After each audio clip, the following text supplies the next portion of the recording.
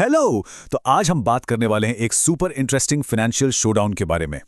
एक तरफ है सबका फेवरेट, हमेशा से भरोसेमंद गोल्ड, और दूसरी तरफ स्टॉक मार्केट। चलिए देखते हैं कि पिछले एक साल में असली बाजी किसने मारी।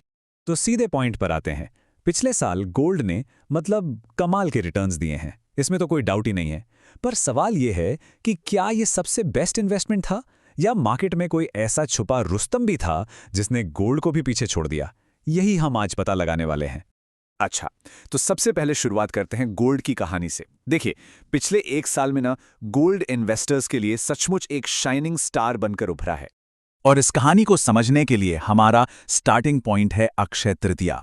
हम सब जानते हैं कि इंडिया में ये दिन गोल्ड खरीदने या उसमें इन्वेस्ट करने के लिए कितना शुभ माना जाता है।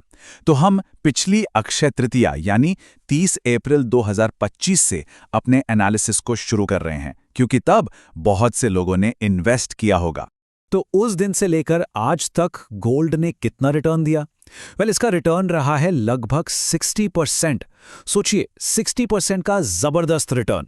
ये एक ऐसा परफॉर्मेंस है जिसने इंडियन स्टॉक मार्केट को तो काफी पीछे छोड़ दिया।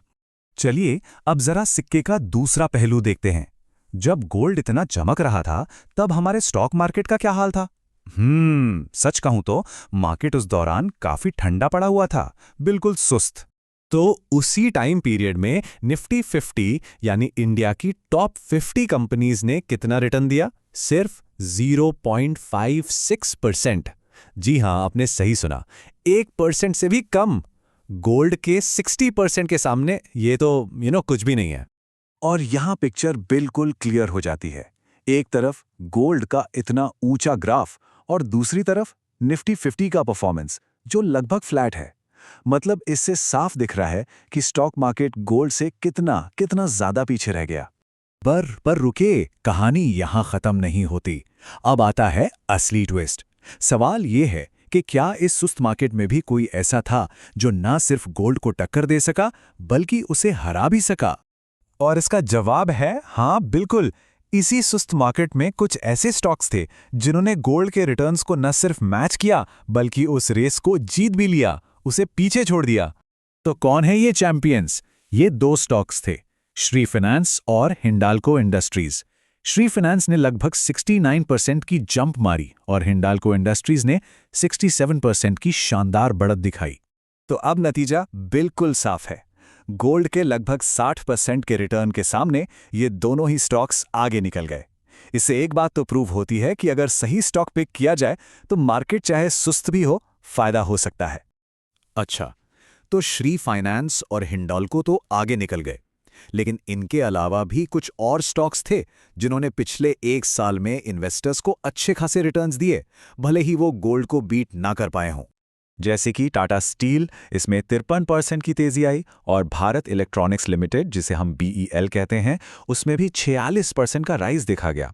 परफॉर्मेंस बुरा नहीं था, बिल्कुल नहीं, लेकिन गोल्ड वाली रेस में ये भी थोड़ा पीछे रह गए।